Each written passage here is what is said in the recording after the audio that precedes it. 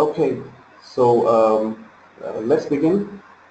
A very good afternoon to all of you.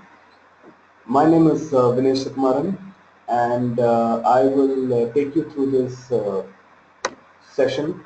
We're just about at 12:3 right now. It's scheduled to be a 1 hour session, and as you can see here, the topic for the session is motivating without salary hikes.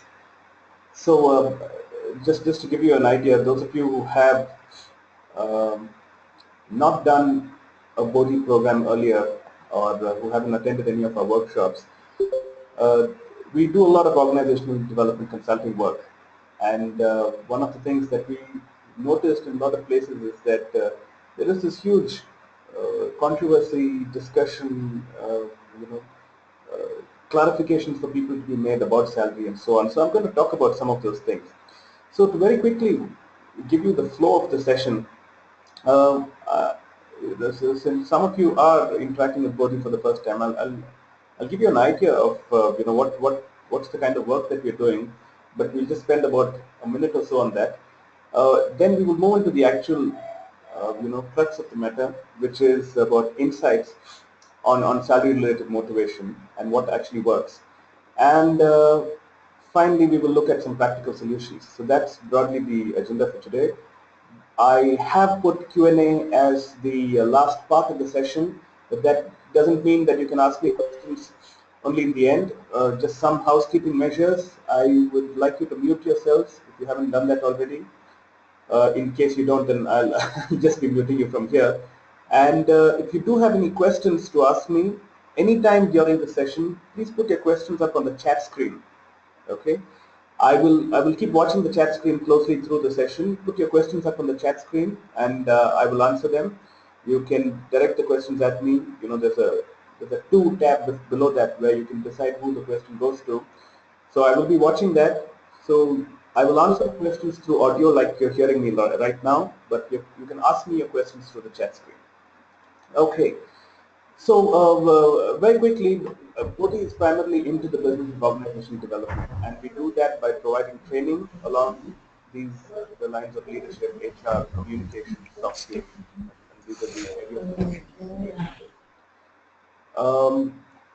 Then we also have worked with over 1,000 clients and helped many such clients set up internal training functions. And we also have a very structured and methodical approach to training. Okay, and if you've attended any of our sessions, you will know that all our workshops are hands-on and experiential. In fact, a webinar of this sort is probably the most preachy or lecture style sessions that we do because of lack of direct interaction. But in that, there are different parts of this program where I will be asking you to share your insights and uh, tell me what you think and so on. We are also an ISO company certified by TUV, TÜV, the elite German body, and we're also quite active on Facebook. Our link is up there. You can get in touch with us. You can follow us on Facebook, on Twitter. We normally pick a topic and it's covered in great detail over over each week. So we cover a different topic every week. So you can follow us on the social media, Twitter, LinkedIn, Facebook. Okay, so let's begin. I'm sure most of you who are here, you're not here to hear about what Bodhi does. You're more interested to know about this whole discussion that we're going to have over the next hour about salaries. Okay, interesting. I have somebody who says they can't hear me. Just one second. I think you should. I think the others can hear me quite clearly. So I think you please do check your audio system. And all right, so here's what we're going to do. I want you to, in fact, I want you to put up your answers on the chat screen. You know, what does salary do for you? I mean, why is salary important for you? First of all, is it important? Okay, and those of you who are here on this webinar, you can just put your answers on the chat screen. I'll read them as we go along. So you can just think about why is salary important for you, and type your answers out there. I'll pull them out. In the meantime, I want to just share with you that through the work that I've done, interviewed quite a lot of people, and in fact, there was a time when I used to train panels of people who conduct interviews for some of the biggest IT giants in India, and also, sat through many of those interviews. Sometimes conducted a few hundred interviews myself, and so on. And repeatedly, I have asked a lot of people one question, which is, what is it that you look for in a job? Because if you're interviewing somebody, it's pretty obvious that that person is looking for a job. I mean, looking for also other jobs apart from the one you're interviewing them for. So the question I tend to ask them always is, what is important to them in a job? And invariably, at least the politically correct ones start telling you things like learning, growth, moving to the next level, work environment, good manager, and these are answers that I've heard. Uh, Invariably, there will be a few people who tell you, okay, I see some answers which I hear on the chat screen. So some of the answers I've got here are buy things that I want, okay, bigger house, uh, more opportunities, salary pays my bills, gives sense of security, but not the thing I would look for in my job, okay, fair enough. I have one more answer here which says that salary is important. It has always been. Okay, that's an honest answer. So so there are people to go back to my story. There are people who give you different kinds of answers, and one of the answers that does come up is that salary is important. Okay, and there will be few people who don't mention it at all, and I have also asked such people, what about salary, you think it's important to you? They say, even the people who said no, not really, the next question I ask them is, so does that mean you'll work free? And they say, no, of course I won't work free. So even if you don't mention it, at some level, it is important. Okay, that's just the point that I want to make at the moment. We'll take a look at the other dimensions of why it is important and how it's important and so on. All right. So some of the observations that I have made, and I've been an organizational development consultant for close to 15 years now, and I've noticed that repeatedly, when I started my career, and I got into training quite early in my work life. I was training companies. I don't want to name those companies because I'm talking about the very small companies. The probably let me use an automobile analogy. The automobile analogy of that would be an old Fiat car or a Maruti 800, a beaten up Maruti 800. Okay, companies which were at that level of the automobile hierarchy. Okay, so you can think of an equivalent company in IT or ITES or uh, pharma or what have you. And there would be discussions about, because of the nature of the workshops that I did, which were mostly related to non-technical areas, related to aspects of behavior, related to aspects of okay, I see some of you probably flashing your video screens. You can mute yourself. It would be a good idea, and also block your videos so that other people are not distracted. Okay, so yeah, the point is, I've gone to those companies to do programs, and I realized that in these pretty small companies, the old Fiat and the old Maruti 800 equivalents, I noticed that people are not happy with their salaries. And one of uh, the questions or the mindsets was that, if I get into a bigger company, then I will get a better salary, and then I'll be happier there. But of course, time went on, and then I started training in other companies, better companies, slightly bigger, uh, more financially stable and successful, and so on. You could compare these to, the automobile analogy of this would be something like, cars like a Santro or a Getz, or maybe an Etios, and so on. So think about an equivalent organization on the IT, ITES, or insurance or banking space, or wherever. And I noticed that even in such organizations, there were people who were not happy with their salaries.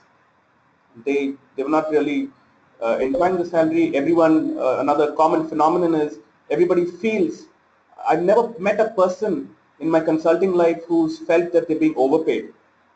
I've always and only met people who felt they were being underpaid, right? So there is a sense of, the organization owes me no more, and not the other way around. And finally, in recent times, I have done workshops for some of the best organizations in the world, consulting organizations. In fact, the last week I was at, with one of our clients, Daimler, and talking about the automobile analogy, Daimler is the company that makes Mercedes-Benz and Bharat-Benz and so on. So even the Mercedes, BMWs, and the Rolls-Royce of organizations, where I have done training programs, and I was surprised to see that even in such organizations, uh, people are not particularly happy with their salaries. So then I said that, look, the whole salary phenomenon. I mean, at one level, you can never satisfy a person with merely a salary. There is something more to this, and that's what got me thinking. In fact, the image that I have here is of the very stereotypical glass facade skyscraping building, which many Indians are proud to be working in, as well as people in other countries, I'm sure. So let me stop my observation there, which is the fact that people are generally not happy with their salaries, and let me tell you a bit about what we could do about it. Okay, I have some questions here already on the screen. Okay, I'm going to answer these questions later, because there will be parts of this webinar where these answers, are going to come out anyway. All right. So, thanks for your answers and why salary is important for you. But I want to tell you a bit about essentially what I've noticed that salary does.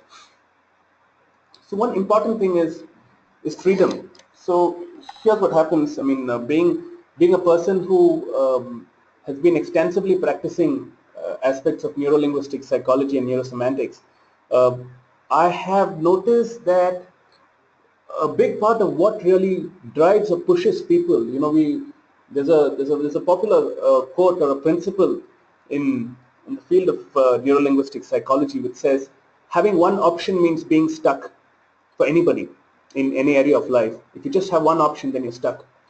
Having two options means having choice, so you can choose one or the other. And having three or more options means having freedom. So one thing that salary does for people is that it gives them a sense of freedom. So for example, you can decide to eat in a normal restaurant, or a medium scale restaurant, or an upmarket restaurant. Okay, because you have the money and you don't have to worry much about it. You can decide to take a holiday when you have options, and not wait for money to accumulate in the bank and then take a holiday. Or you can also decide to take a holiday to whichever destination you want and not have to uh, worry about it. The other aspect of what salary gives you is that it's a ticket. And what I mean by this is that there are a lot of areas of your life where you might just stop yourself from being or getting into or exploring because of a money crunch. And one of the reasons why higher salaries are so sought after is that for many people, the higher salary is a ticket to a better life, is a ticket to a bigger home, is a ticket to a bigger car and a better lifestyle, and so on. So certainly there is that dimension of people seeing it as a ticket. In fact, I've just put two or three here, but I have almost cramped up several responses over the years of having interviewed people. And the third thing is also about satisfying the real needs. And why do I say real needs? Because many times you think you have a particular need, and what is really driving it is something else which is below the surface. And I'm going to talk about that as we move along.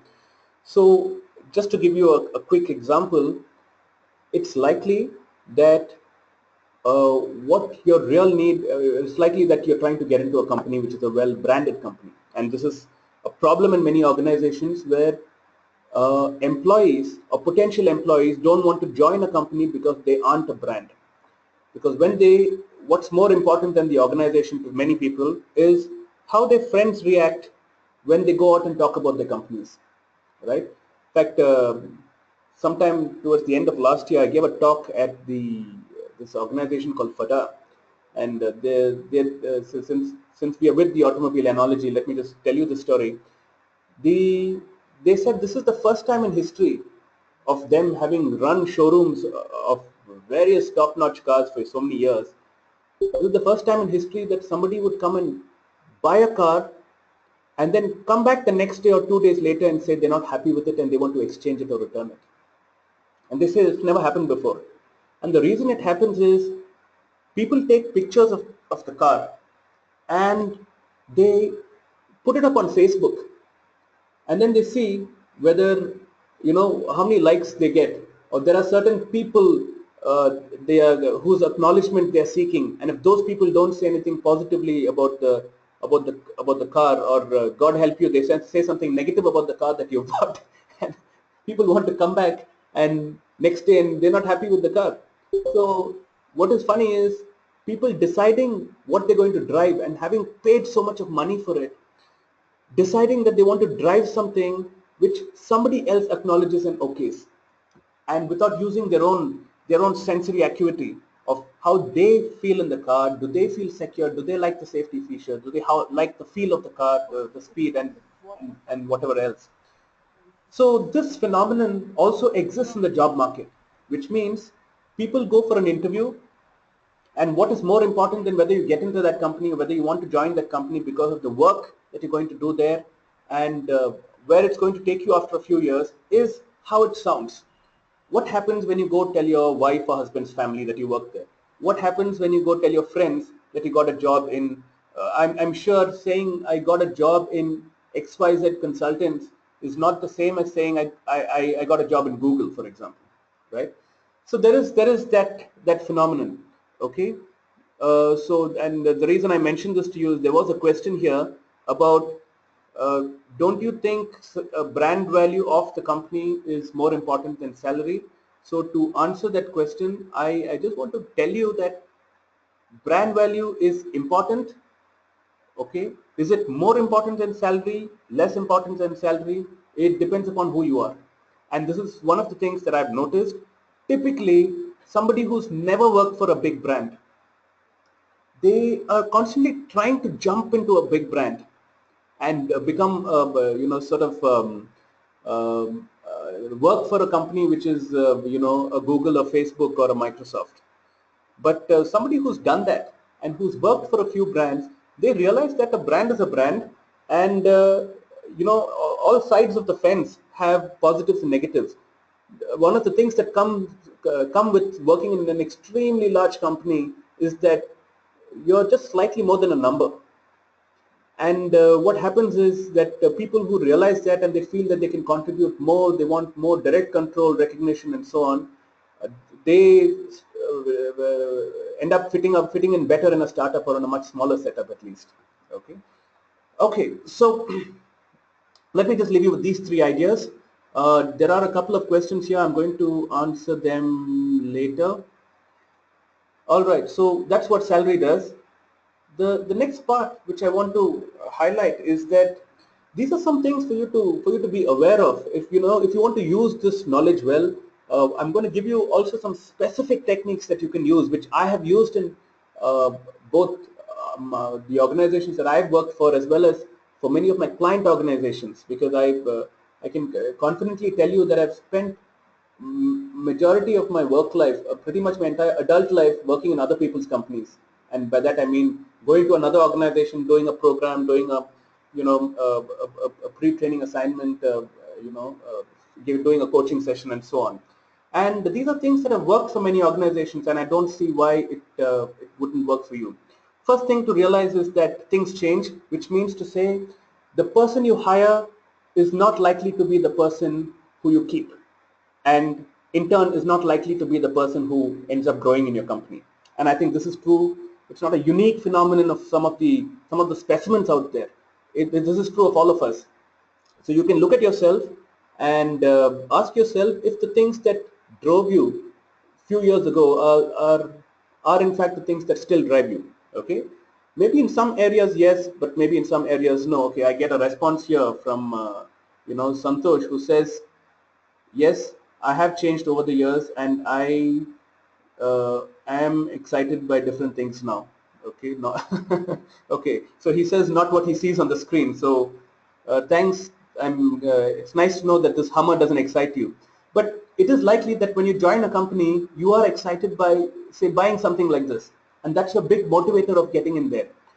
On the other hand, over the years, you could graduate or move. I wouldn't say graduate, but you could move to something like this and realize that this is something that excites you now. So the reason I'm saying this is because the what drives you today might not drive you after some time. Okay, and this is an actual sort of valid, credible reason why a salary might not be a motivator, because some things might just change in your head. To the very popular human behavior related analogy of this is, all of us have grown up in school or college thinking that if I had enough money, I would uh, maybe buy posters of Hollywood stars and stick it all over my room, and that's what I'm going to do when I start working. But you realize way before you even start working how silly that dream was, and you when you start working, it's not even on your radar screen. So that's likely to happen. This is one point that I'd like you to keep in mind. Secondly, the other dimension of things change is that I know quite a few people who, who've been doing extremely well for themselves monetarily, but they're still not happy at their jobs. And this is an increasing phenomenon in India. And I can confidently say, and this is actually a pessimistic figure, but easily 20%, okay, of the workforce in India are very unhappy with what they're doing, irrespective of what that is. Okay, in fact, there's a company in Bangalore where I was invited as a guest and a judge for one of their events some time back, and the company is called I Love Mondays, and this is exactly the problem that they address. What I Love Mondays does is they look at people who are not happy with what they're doing, which is quite a few of them, and they help them understand what they should be ideally doing in life, okay, or what they want to be doing if they already know, and try to get them into that field, whether it's photography, whether it's art. I mean, the reason I was invited there is because there are a bunch of people who want to become trainers and consultants. Okay, so the things do change. So what drives you now might not drive you later. So for example, you could be very driven by money at one stage in your career, and after some time you realize that what's more important to you is family. Like I recently met somebody who almost took a 25% pay cut because he lived in Pina, whose office was in Whitefield. For those of you who are not from Bangalore, these are almost two ends of Bangalore. Okay, and he said he met his kid only in the weekends, because morning when he left home, his son was sleeping. Evening when he got back, his son had finished the day and he was still sleeping. I mean, not still sleeping. He had finished the day and got back to sleep. So he met his kid only on Saturday mornings. And he said this is ridiculous, because he spent between an hour and a half on a great day and up to 3 hours on a bad day on the road, and I'm talking about one way. So for him, this became far more important. Moving to a place close to his office and spending less time in a commute became far more important than trying to get a higher salary and a change in designation and so on. The other point that I want you to keep in mind is that people are different, and those of you who are, I still see people coming into the webinar. So those of you who just came in, good afternoon. We are well into the webinar. You can just follow things from where you are, and you can ask me any questions you want on the chat screen. Please mute yourself. Thanks. Okay. So where was I? People are different. Okay. So this is the next part of the story, where I mean, look at these people who you see on the screen. One thing very obvious is they look different, but what is more interesting is that people don't just look different; they are in fact different. I mean, I spent a lot of time in my work life doing, work related to psychometric assessments and giving people feedback based on their psychometric reports and so on. And one thing I noticed is you could have two people in exactly the same department doing the same job, same tenure in the company, same educational background, same city, and so on. But when you profile them, their behaviors are quite different. And very rarely, almost never have I come across two people with exactly the same behavior profile. Okay, of course, if you collate information over thousands, you might find profiles which are similar.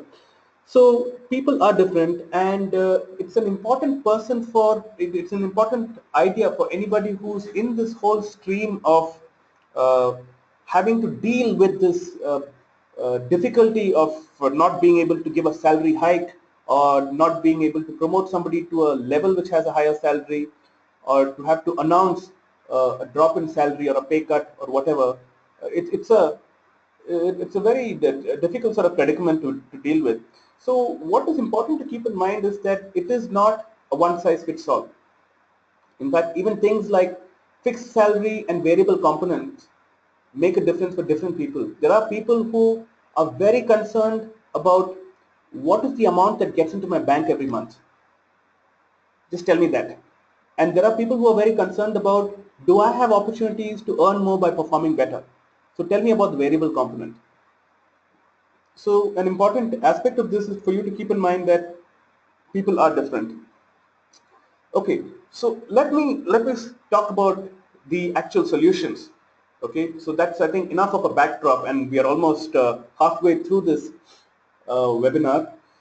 So I want to spend the rest of this webinar giving you 5 or 3 concrete methods which you could use if, in the absence of a salary hike or an increase in pay which you can offer. And why do I say what works? Because I mean, there are organizations where we have suggested this, which has worked. I'm not suggesting that any of this is easy. I'm just suggesting that they're workable, right? The sense that people come with to training programs and webinars is that it's going to make my life easier. Well, one thing I can assure you is it could make your life better, but the first few times till you get this right, it's you would probably be stretching yourself to get it right. Okay, so I want to share these insights with you, and at the end of the day, you will use it in your own setup, clubbed with your own common sense. Okay, so let's begin. So the first point that I want to share with you as a solution is, and I want to just answer a question that's asked by somebody, which is, just give me a minute. So here there's a person who says that, don't you think that different employees are motivated by different things? So yes, I think that's absolutely true, and that's exactly what I want to bring out here, that people are in fact motivated by different things. And what I want to highlight through this image is this, that there are many roads which really lead to the same destination. Okay, and what do I mean by the destination? For you to find out exactly what that employee wants. Unfortunately, many HR folks, and as well as people in departments like L&D training, sometimes even the top management of organizations, one of the things they do is they treat salary as a salary. They treat salary as a monetary amount, or a fixed number, or a CTC. A salary is not a number. This is an important insight for you to take back, which is, as long as you treat the salary as a number, you will also treat it like that. I mean, you'll also deal with it like that. So you need to understand the salary is always a means. Nobody wants to take the money home and eat it, or nobody wants to take the money home and uh, they're always using the money to get something else in life, right? And there have been enough occasions where people have smart HR managers, smart L&D managers and talent development managers and so on. They have dealt with situations like this sensibly by looking at what is it that the person wants the salary for. Okay, and as some of you answered earlier on today, okay, when I asked you why is the salary important, there are people who said it is for a sense of security. Okay, there are people who have said that it helps me get what I want in life. Okay, there are people who have said it gives me flexibility. Okay, it gives me a better life, and so on. Now, it's important for you to understand what treat salary as a facade to something else that's happening in the background. If you can do that, then a big part of dealing with this issue becomes clear to you, because you realize that salary is not just a number. Salary is a facade to something else that's happening behind, and what is happening behind could be different for different people. And this ties up really well with what I've been telling you so far, which is, as long as you're looking at the salary as a number, you will see all people as the same. You will see all levels as the same. You will see a person as the same from the time he joins the company to the time he's been in the company for 5 years. The moment you start, or rather the moment you stop seeing salary as a number, you will start being sensitive to individual differences. You will start realizing the difference between a tenured employee and somebody who's new to the organization. You will start seeing the difference between, I mean, there's an organization with a travel company where they have people from India who work there, and they also have foreigners who work there. And there's a huge salary difference between what is paid to the Indian employees and then what is paid to the expat employees. And it is that difference is extremely huge. Now, what we realize is that people come with different lifestyles. Okay, they realize that people come from different backgrounds and they bring different things onto the table, and that is justified by a difference in salary. Also, important to notice that what are different ways other than a salary, just doing this thinking will help you provide solutions to your employees which are beyond money. For example, let me give you a very concrete example of this. There's a company which is based out of okay, let me not name the company. It's based out of a tier 3 city. In fact, it's the only big company there. If I tell you the name of the city, you're going to guess the name of the company. So it's a tier 3 city in India, towards the south of India. And there are a lot of people who don't want to work in that city. And the reason they don't want to work there is because there's no nightlife, there is no nothing to do on the weekends, there is no proper friend circle. There isn't an upbeat, interesting culture in that city. But this company is extremely good. It's a great place to work. I mean, if you work there for a couple of years, your life would change. Now, what happens is a lot of people don't want to work there because, and the big reason is, what are you earning money for? And people say I'm earning money to go out, especially a lot of the younger folks. I'm earning money to go out, meet my friends, have a nice time, enjoy life, and so on. None of these things are possible as long as you live in that city. And what happens suddenly, the whole idea of earning that money becomes meaningless to them, right? And therefore they don't want to work there. On the other hand, what could this company do, or what did this company do to attract good talent? They realized that they're a fantastic brand, at least if for people who wanted to, move in that industry. They actually made fashion accessories. To If you wanted to get into some of the Louis Vuittons and some of the bigger organizations in that space, this is a great place to start. So what they did was, instead of selling the location, they sold they sold a career, and they said, look, there are people who would want to do this for 2 years, even just like you're doing an MBA, and if you can do this, then the rest of your career is set, and you know where you're going after this. You're in other words branded for life, and that helped them attract a lot of talent. So people put up with this 2 years of being in a small city with nothing to do, and maybe even making travels, and over time you sort of adapt to this. So the idea is to look at what would drive this person beyond a number, and then pitch that and sell that. Okay. Also, I have a suggestion to make. I have done this with a lot of organizations, also on behalf of other organizations. I've told people directly in the interview that, look, if you're looking for a salary, please don't join us. And when you start or during the interview, when you set this expectation right, you will actually attract the people who will become less problematic later. And I've told that to people in our own organization. Though we pay pretty high salaries, we would like to take people who join us not for the salary. So I've told people that, look, if you're looking for a glass facade building, if you're looking for a big brand name, then please go join an Accenture or something like that. But if you're looking for a place to learn, grow, and change your life in the next year and a half or so, then this is where you should be. So you think about it, and I'm not forcing you. When you approach the interview with this sort of tone and manner, it's going to be received differently. Okay, I have a question here. The person says, okay, I've already answered it. Thank you. All right, so look at this gentleman. I wonder what sense this makes to you when you see somebody doing this for a living. What does this mean to you? In fact, I'm curious to hear some of your responses. You can, or rather, you can put up your responses on the chat screen. Okay. When you see a person doing this, what sense does that make to you, or what does this remind you of?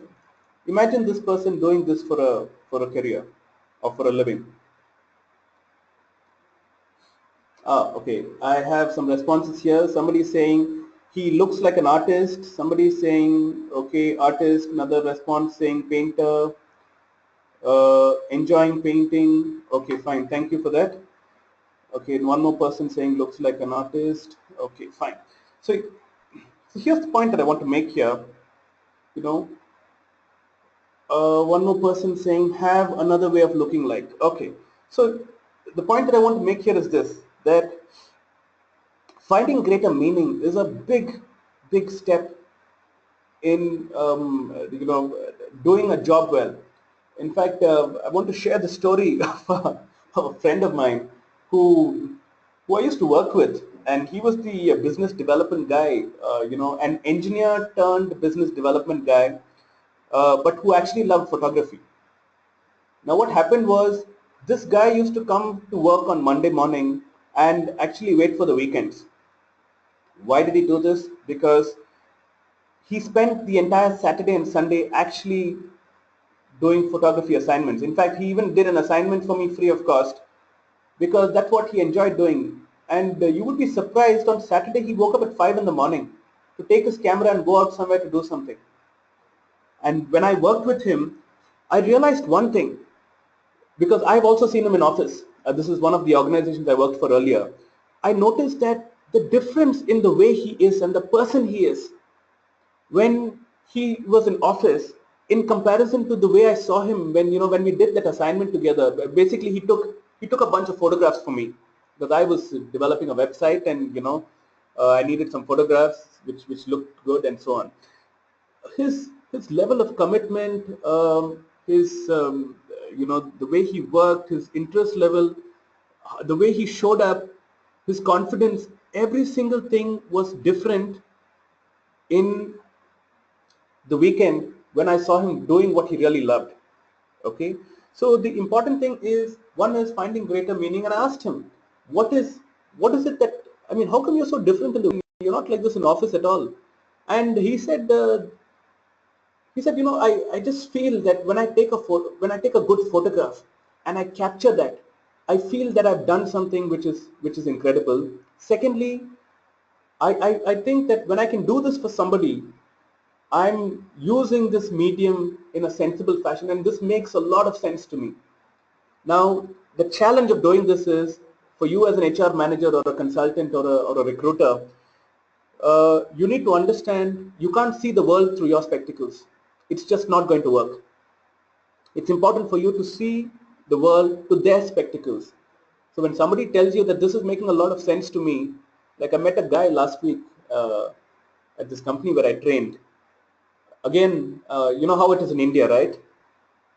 All parents think, at least many parents think, that children should become what? Engineers or doctors. And invariably many people end up following that. So this guy was also victim to that. He's an engineer, and what he really likes to do is make videos, and he's put a lot of his own videos on YouTube. And now in his organization, there is a division which does a lot of multimedia work, which they make videos and they make brochures and so on. Okay, like a graphics team, and he's working with them as a stretch assignment. So after he finishes his work or in between, he spends 2-3 hours with them every day, and he's got permission to do that. So isn't it interesting that somebody would do something like this free of cost because they find greater meaning in it? And I asked him, what drives you about it? He said, I've liked it since I was a kid. I just I just like doing that. So this is something that I would urge you to look at. Ask people, what is it that makes maximum sense to you when you do? You know, and I want to just stretch the story and give you the next part of this, which I've already sort of alluded to, is that what happens when somebody finds, like, look at this person. These are people who would go out of the city, carry their telescopes, and leave every time there's an asteroid shower, or every time there's a special sighting of a um, you know of a planet and so on. So when people find what they love, it completely changes the dynamics. And even those of you who are on this call, I'm guessing that you're here to help other people out with this. But this is also something that I urge you to do. I think since we spend a good amount of our work life in the office, it makes sense for us to spend it doing something that is worthwhile, right? So ask yourself this question. Ask yourself, what is it that you look forward to doing in the weekend? How do you spend your time in the evenings after you finish work? What do you do when you're on vacation, and so on? This, if you can integrate this as closely as possible to what what you do in life for a living, I think a big part of uh, of dilemma and confusion is taken care of, and it becomes all the more challenging for people to do. In fact, some of the best HR people who I've met through the work that I've done, one thing I noticed about them is they're very, very, very well educated about the business. Okay, because the worst HR people I've met are the people who have no idea about the business, and invariably in those companies they're not taken seriously. They are treated as people who just show up to work, or who also show up to work. And the smartest, best HR people who I've met, you know they are also the people who understand the business well, and they also understand, more importantly, what are different career options within the organizations. Okay, how can these career options be stretched, changed, tweaked, and so on? What are ways to facilitate that? Because sometimes maybe there is a particular kind of role which doesn't exist in the organization, but if you can just change an existing role and include these things as part of the KRA, you would save 20 people's lives in terms of getting them to do what they love. And also they were very educated about different instruments which help you understand what's your style, what's your personality style, what are your real interests in life. They know which organizations are providing these assessments and these reports and these tools. They know how, they are also themselves certified on many of them, so that they can give one-on-one feedback. They're very tuned into and educated about how can I help an employee find what he loves. And this is a great differentiator between the run-of-the-mill HR person and somebody who can really cut ice. Okay, so that's the next part of the story. We just have about 15 minutes left. Let me just move on. I have a question here. Mm, mm, mm, mm, mm, mm, mm. Okay, so let's see. This question is quite interesting. In fact, this question basically says, isn't it quite a challenge to find out exactly what a person would like in a job? Okay, and what a person, okay, so isn't it quite a challenge to find exactly what a person would like in a job, and what kind of a job would be a perfect fit for that person? Okay, let me just answer this. In fact, this is a great slide. The slide that I'm on is a perfect slide for me to answer your question. What do you see here? You see a bunch of army men, probably Marines, they look like. So the point that I want to make is this. Consider basic qualities of of work, and this is an extremely important idea, because I have noticed that I want to explain this with an experience that one of my friends had. And this is a lady who worked for an IT company. She was a programmer and then became a tester. Okay, she was into testing. And what she did was she went on a trek, and she realized during the trek that I mean, she was sort of, she was tired of her job. She was sick of her job, and she didn't, she really looked forward to getting out of work and rather than getting into work. Okay, the typical kind of person who has a sick feeling in their stomach on Sunday evening because they have to get to work on Monday, right?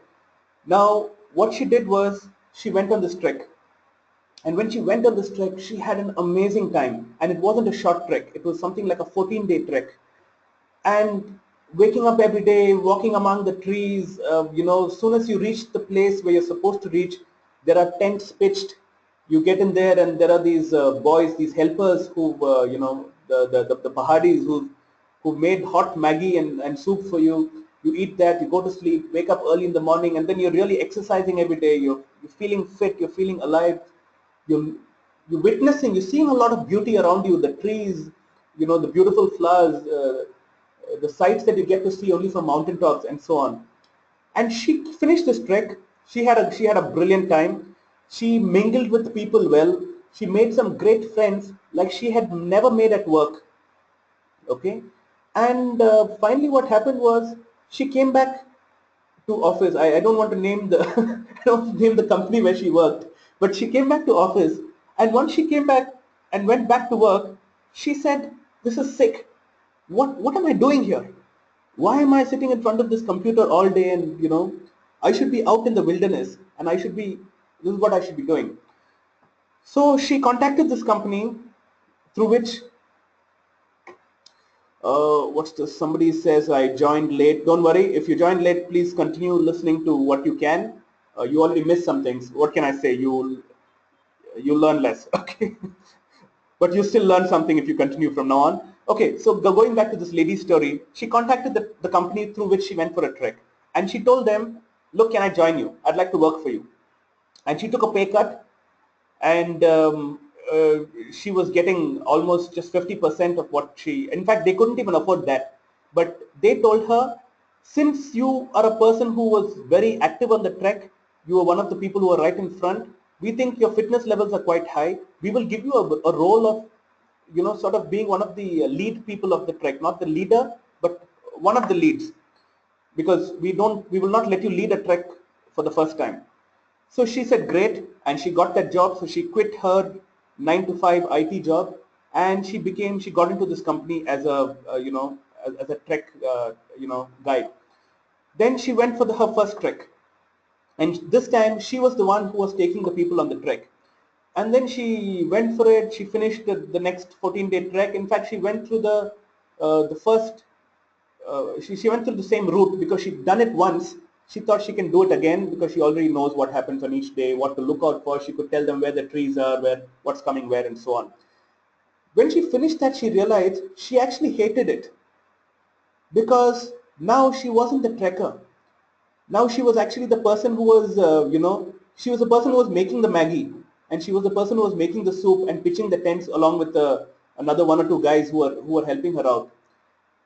And she said, "Oh God, I don't know what happened. This is not how it was last time." And maybe there was also, there wasn't the novelty of seeing something for the first time and experiencing the sunrise and the sunset and so on.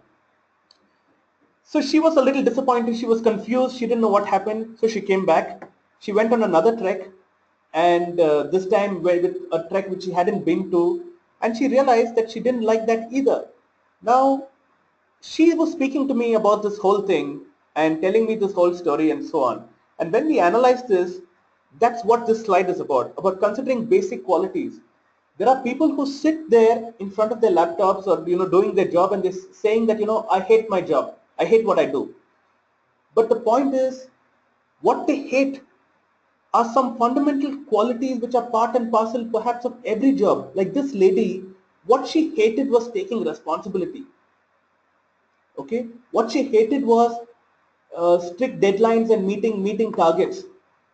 That was there in her life as a testing IT person.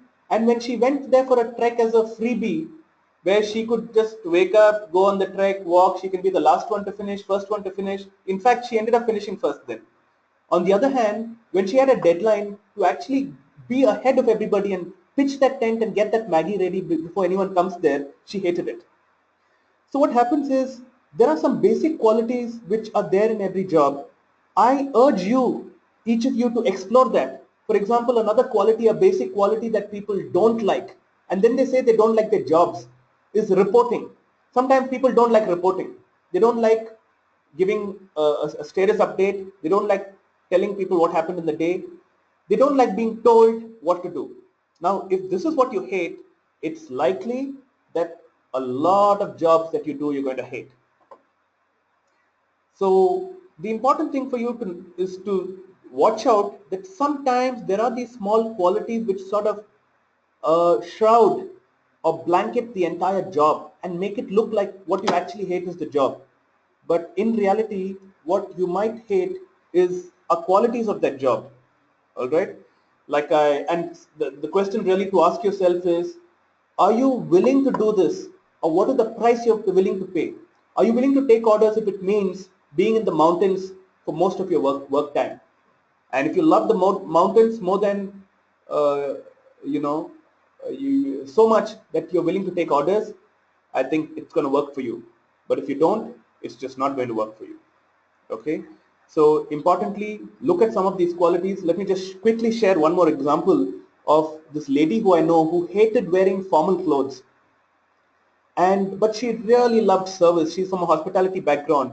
Finally, she said, I I'm willing to wear these formal clothes if it means being in a five-star hotel and serving people. And that's exactly what she did. Okay. All right. So let's move on. Um, Another two important insights. We have about 5 to 7 minutes left. One insight which I want to share with you is that support them to be there. Now, this is a mistake which is made by many HR people and people who are in the recruitment, L&D space, consultants. They actually motivate people. The factors that you're giving people to motivate them are factors which are getting you away from work. So for example, if an employee doesn't enjoy his job, okay, and he's not motivated by his salary, and you tell him, look, I can't give you a raise, but I'll give you Saturdays off. This is not a great solution, because what you're actually doing is you're supporting the idea of the fact that he hates his job and he doesn't need to be at work, and you're using time away from work as a carrot for getting things done. In other words, rewarding undesirable behavior. So what is a better idea is to look at ways in which you can keep this person in office. Maybe like you see in this image, having fun with your teammates, maybe cracking jokes about each other, at each other, with each other, whichever. But if you can just enjoy it, get that person to enjoy the time in office, that's a better solution than trying to get that person away from office. Because if your rewards are about getting people away from work, then you are encouraging that, and over time what happens is, initially the 6 days of work became difficult. First 5 days will become difficult. Even if you reduce that to 2 days a week, it's still going to be difficult. And that ends up being a lose-lose situation, and that's uh, uh, a downslide rather than going up. So my suggestion to you is, when you're trying to solve a problem and you cannot increase salaries, do look at solutions to keep people at work and get people to office and keep them motivated there, rather than giving them perks which will help them get away from work, or the whole phenomenon of flexi timings and so on. Because I've met people in organizations who set an alarm, and I found this really surprising. This guy who came for one of my workshops, the moment he checks out, or he logs out, he has an alarm which he puts off. And I asked him, what's that about? He said, no, we have to clock in 8 hours every day. So even by accident, he doesn't want to clock in more than 8 hours. And if that's the mindset you come to an office with, then the question to ask yourself is, what are you doing there? You know? Okay, so we have a couple of minutes. The last solution that I have, and one that works, I'm sure looking at these two people, those of you who have watched this movie, Up in the Air, would have, you know, would know what I'm going to talk about. There are times when I think you should actually ask people to quit. Now, I have faced this dilemma a lot of times in my work life, because a company hires you. They hire you to coach somebody, okay?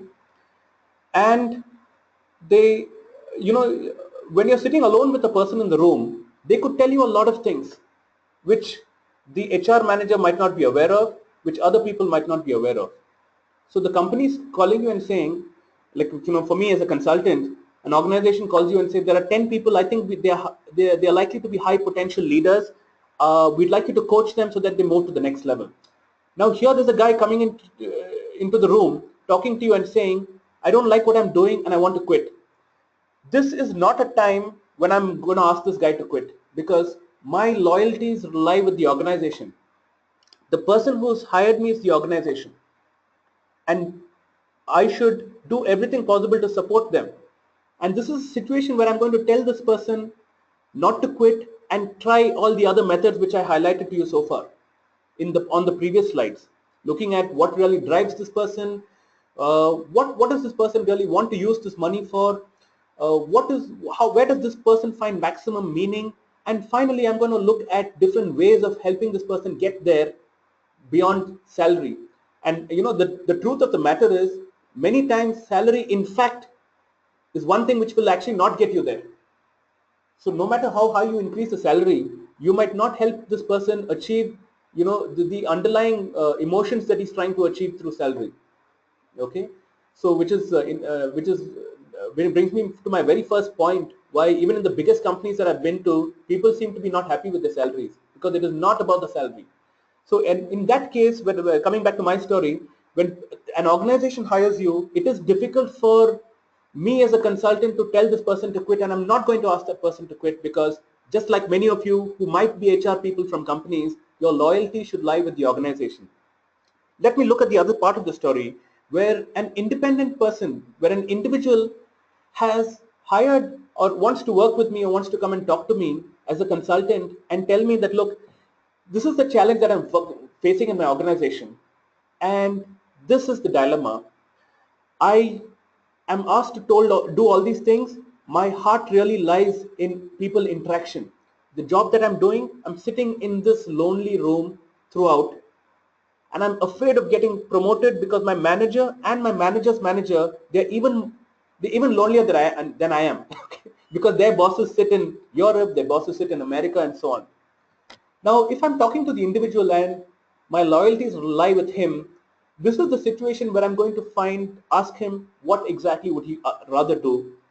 Sometimes people have clarity, sometimes they don't. And when they don't have clarity, I'm going to ask them, help them find out, get clarity by analyzing their behavior, helping them understand their personality better, looking at what might interest this person, helping them ask more questions about what drives them.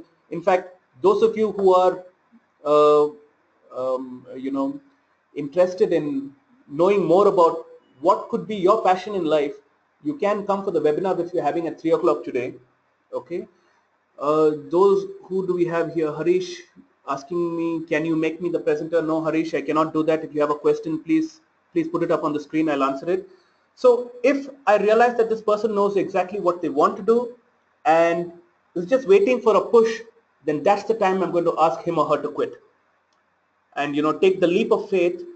And in a very I always think it's a smart idea for you to help them pursue their dreams and make that transition in a systematic, sensible, organized way. I'm very afraid of people who call me and say, look, I want to become a writer and I've already quit my job. That's the time when in my head I'm going, oh my god, this guy should have thought about it, or this lady should have thought about it. Okay, it's a good idea for you to make that transition while you're still holding a job. And once you get comfortable with it, once you know, salary is an interesting thing. When you have it And when it's always there, you don't care much about it. But when you don't have it, it means everything to you. So also do keep that in mind. And with that, I want to come to the end of this presentation. If you do have any questions, I'm happy to answer them. We have uh, we've actually finished time. I can see people leaving. So if you have any questions, I'm happy to answer them. You can put it up on the screen. And while you're doing that, I can also share with you some of the contact details. Okay, I have a person here who says, what are some tools which we could use to assess a person's behavior and personality? Well, there are a range of tools. I don't want to promote any, but just to give you a sense of what tools are out there, if you want to analyze somebody's personality, which could take longer to change, if you're trying to do some deeper level work, counseling, etc., MBTI is a good tool.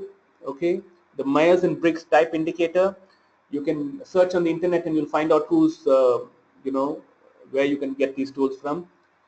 There's another tool which is DISC. Okay, DISC stands for, it's the acronym for dominance, influence, steadiness, and compliance. If you're analyzing and understanding behavior and whether a person fits a job from a behavioral perspective, that's a tool to use. You also have a tool called the strong interest inventory to find out what might interest a person. Okay. Okay, we have a question here. Let me just take this before we wrap up. Thanks, Harish. It's sweet of you to just put up the question here. Sir, we have 20% employees who are associated with us more than 25 years. Some of them became negative mind. How to make them positive mind without salary increase? Okay, so Harish, I want to just share one or two things with you. I don't know if the dynamics of this, but let me just share with you some things which I've come across. One important thing is, I've seen this happen in one or two places. In one organization, what happened was, there were a lot of people who were employees for 20 to 25 years, and suddenly this company got bought over, and this new company which bought them over, in fact, I'm sure you know the names of these companies, I don't want to mention them here. The companies which bought them over, they had a new style of working. They, the problem was teaching an old dog new tricks, and therefore there were a lot of people who were unhappy and dissatisfied, and so on. What worked, and let me be honest and tell you, it didn't work completely. There was this HR manager and her boss. I think he was called the HR director at that time. They they actually put all these people. There were about 50 of them who had been in the company for a long time.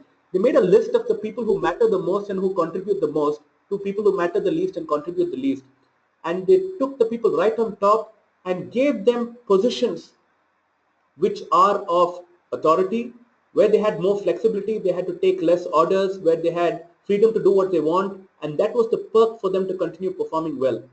And the people who are at the bottom, anyway, they contributed less. So they took the risk of putting them in the position where they had to probably adapt even more to these new changes, and that worked well for this organization. One more thing which you could do is actually have a session. It would, if you allow these people to vent, these 20% people in smaller pockets. I don't know 20% means how many people here, but if you have a facilitation session to help them understand what matters to them most, like I have done this in many organizations. I did it about 3 weeks back for a company. You would be surprised, a big part of the dissatisfaction in that company was because they were not happy with the food provided. Okay, and another big dissatisfaction in the company was that plans keep changing. Okay, isn't it interesting that these two things can be fixed? You can probably get different caterers each week so that people are happy with the food, and you can also get them to make sure plans are made and organized and executed in an organized fashion, so that people are not disappointed by that. By the time they start working on a plan, other plans change. Okay, folks, I think we've the clock has really ticked. Do get in touch with us if you want to know what could be your probable passion in life. And this is particularly from a training perspective. Do come for attend the webinar, which is at 3 o'clock. Okay, I look forward to seeing you there. And thank you very much for your participation. Do stay in touch. If there are any other questions, clarifications that you have, there are numbers on the screen. You can get in touch with our office. You can also go to our website, to find out more about the kind of work that we do. Thank you very much. I hope you enjoyed the session. I enjoyed delivering it, and I hope you get to use some of these things. Thank you very much.